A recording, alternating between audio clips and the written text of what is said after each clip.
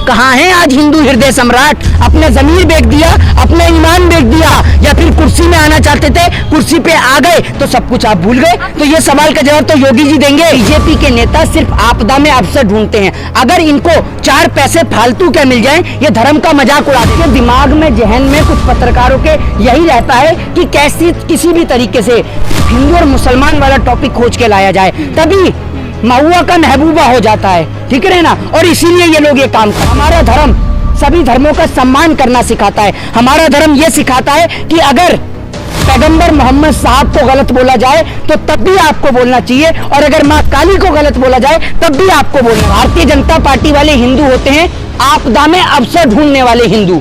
आपदा में अवसर से तात्पर्य ये है कि जब चुनाव करीब आ जाए, मैं तो कुतुब मीनार पर चढ़ूंगा, अरे मैं तो मथुरा घुसूंगा, अरे मैं तो ताजमहल तोड़वा के यहाँ बनाऊंगा मंदिर, समझ रहे हैं? और जैसे चुनाव खत्म तो ताजमहल भी गायब, कुतुब मीनार भी गायब, और इसके अलावा जामा मस्जिद। ये देश का दुर्भाग्य समझिए कि इस देश के अंदर काली के पोस्टर को लेकर जो है हमारे देश के नेता नहीं बोल रहे हैं। वो नेता जो अपने आप को हिंदूवादी बताते थे, जो कल तक हिंदुओं के ठेकेदार बन रहे थे, जो कल तक कुतुब मीनार से लेकर जामा मस्जिद से लेकर ताजमहलों के अंदर घुस रहे थे, आज उनसे ट्वीट नहीं हो रहा है। वो सारे के सारे नेता चुप हो गए हैं, या फिर कह लीजिए बिल में घुस गए हैं। किसकी ओर इशारा है आपका? योगी आदित्यनाथ, भारतीय जनता पार्टी के प्रधानमंत्री, भारतीय जनता पार्टी के गृह मंत्री, सारे अपने आप को हिंदूवादी बताते हैं ना, और बहुत बड़ा हिंदूवादी नेता बताते हैं। तो कहाँ गए ये सारे हिंदूवादी नेता? या फिर आप सिर्फ हिंदुओं का इस्तेमाल सिर्फ वोट बैंक की राजनीति के लिए करते हो? ये बता दीजिए। इसका अर्थ तो यही हुआ कि आप हिंदुओं का इस्तेमाल सिर्फ वोट बैंक की राजनीति के लिए करते हो, क्योंकि जब हिंदुओं के भगवानों का आज मजाक उड़ाया जा रहा है तो आप लोग लापता हैं।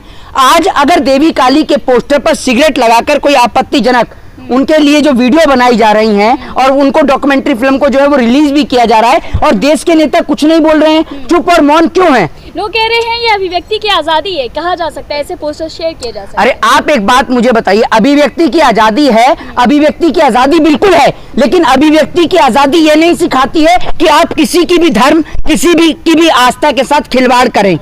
अभिव्यक्ति की आजादी है तो इसका मतलब ये थोड़ी है कि मैं हिंदू हूं तो मुसलमान के धर्मगुरु को लेकर आपत्तिजनक शब्द कहूं, या अगर आप मुसलमान हैं तो आप हिंदुओं के धर्मगुरु को लेकर आपत्तिजनक शब्द कहें। नहीं, अभिव्यक्ति की आजादी का मतलब है, राइट टू स्पीच की जो आजादी का मतलब है वो ये है कि हम अपनी बात को अपनी बात को जो है वो सरकार के सामने रख सकें, सरकार के समक्ष रख सकें। ये नहीं है कि हम किसी की धर्म या किसी की आस्था के साथ खिलवाड़ करें। जब आप किसी की धर्म या आस्था के साथ खिलवाड़ करते हैं, या किसी की आस्था को, या अगर किसी को भी ठेस पहुंचती है, तो वो आपके ऊपर मानहानि का मुकदमा दर्ज करता है ना, क्योंकि उसकी भावना आघात होती है। ठीक उसी प्रकार से अभिव्यक्ति की आजादी से आप इसको ज्वाइन मत करिए। आप अभिव्यक्ति की आजादी के चलते आप ये बता दीजिए, चलिए आप इतने समझदार हैं, बहुत सारे पत्रकार यहाँ पर खड़े हुए हैं, आप मुझे ये बता दीजिए, क्या उस समय सिगरेट हुआ करती थी जो आज देवी काली के पोस्टर पर लगाई जा रही है?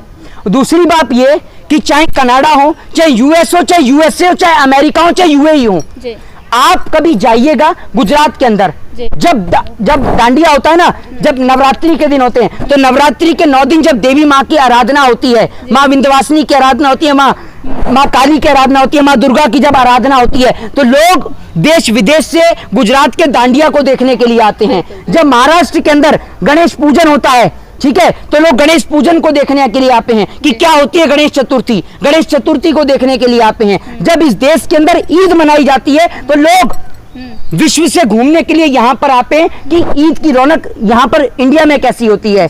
दिल्ली के जामा मस्जिद पर इतनी भीड़ होती है कि कई जगहों पर जो है वो हिंदू भाई मुसलमान भाइयों को इफ्तारी खुलवाते हैं साथ में बैठाकर, और वहीं पर जब हिंदुओं के त्योहार होते हैं तो मुसलमान भाई उन्हें खाना खिलाते हैं, पानी पिलाते हैं, भंडारा कराते हैं। तो इसी खूबसूरती को लोकतंत्र कहा जाता है और इसी को हिंदुस्तान कहा जाता है। लेकिन आप अगर इस देश के अंदर किसी भी हिंदू देवी देवता के पोस्टर पर कोई भी किसी भी प्रकार की टिप्पणी करेंगे या इस प्रकार की फिल्म बनाएंगे तो ये सरासर गलत है, और हम इसका विरोध करते हैं। और हम इसका विरोध इसलिए करते हैं क्योंकि हम सिर्फ भारतीय जनता पार्टी वाले हिंदू नहीं है, हम इस देश में हिंदू वो वाले हिंदू हैं जो अपने धर्म से प्रेम करते हैं। और हमारा धर्म सभी धर्मों का सम्मान करना सिखाता है। हमारा धर्म यह सिखाता है कि अगर पैगंबर मोहम्मद साहब को गलत बोला जाए तो तब भी आपको बोलना चाहिए, और अगर माँ काली को गलत बोला जाए तब भी आपको बोलना चाहिए। आपको दोनों तरफ से बोलना चाहिए।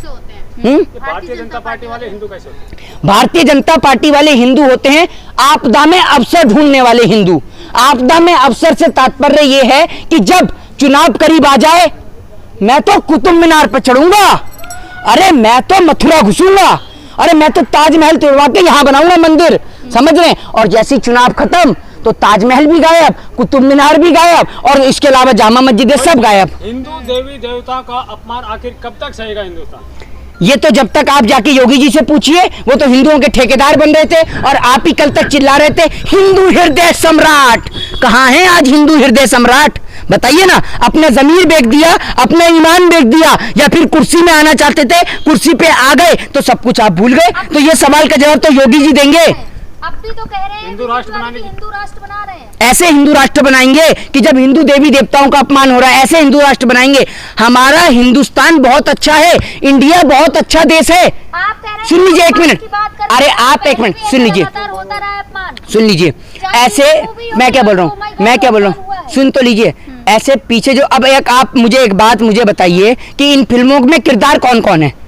अक्षय कुमार, मिथुन चक्रवर्ती जैसे बड़े एक्टर। मिथुन चक्रवर्ती क्या कह रहे हैं वहां पर आकर? मिथुन चक्रवर्ती फिल्म में कहते हैं बहुत दिन से मार्केट में कोई नया भगवान नहीं आया, मतलब भगवान भी अब मार्केट में आने लग गए हैं। तो मिथुन चक्रवर्ती कौन सी पार्टी के नेता है ये बताइए आप?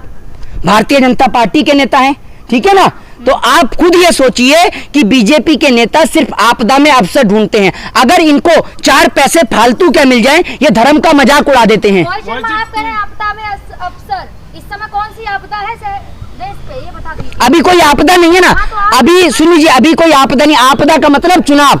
अभी आप ये समझ लीजिए, अगर यही जो फिल्म है, यही फिल्म किसी मुसलमान ने बनाई होती तो बीजेपी वाले सड़क पे कपड़े उतार कर लेट गए होते अब तक। तो सड़कों पे आए हुए हैं। हाँ, अभी भी है वो तो सर। तो एक मिनट मुझे ये बता दीजिए, ये जो प्रधानमंत्री हैं ये बीजेपी के हैं या नहीं है? योगी आदित्यनाथ बीजेपी से हैं या नहीं है, या कांग्रेस से हैं? किसी पार्टी का नहीं, अरे देश का होता है। मुख्यमंत्री तो पार्टी का होता है या नहीं होता?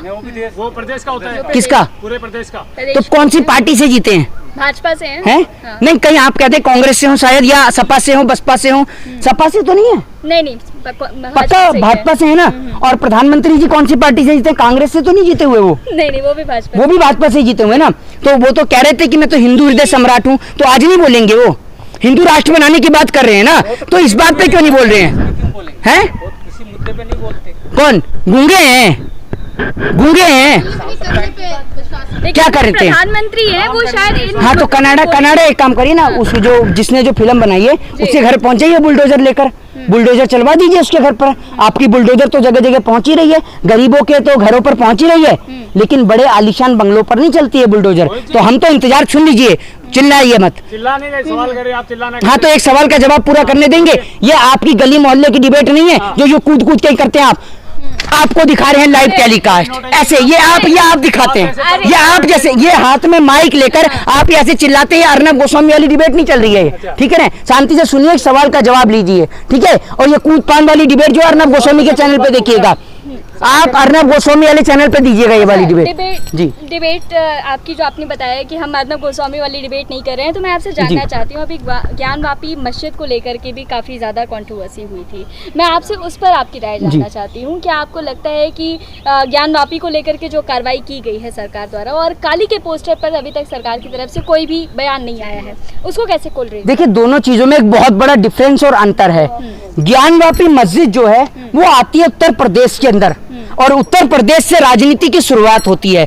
उत्तर प्रदेश से लोकसभा की 80 सीटें निकल कर आती हैं, और उत्तर प्रदेश की जो रास्ता जो है वो होता हुआ जाता है प्रधानमंत्री की कुर्सी तक। तो आप सीधे तौर पर समझ जाइए कि ज्ञानवापी मस्जिद का मुद्दा इतना बड़ा इसलिए बनाया जाता है क्योंकि उससे फायदा होता है, और माँ काली, वोट बैंक का फायदा होता है। और माँ काली को लेकर इसलिए नहीं बोला जाता क्योंकि माँ काली को बोलने से कोई वोट बैंक का फायदा ही नहीं है। मोहित जी, आप हर जगह भाजपा को घुसा देते हैं, लेकिन टीएमसी की जो सांसद ने बयान दिया है कि माता काली दारू पीने वाली और मांस खाने वाली देवी थी, उसके लिए आप कुछ नहीं बोलेंगे?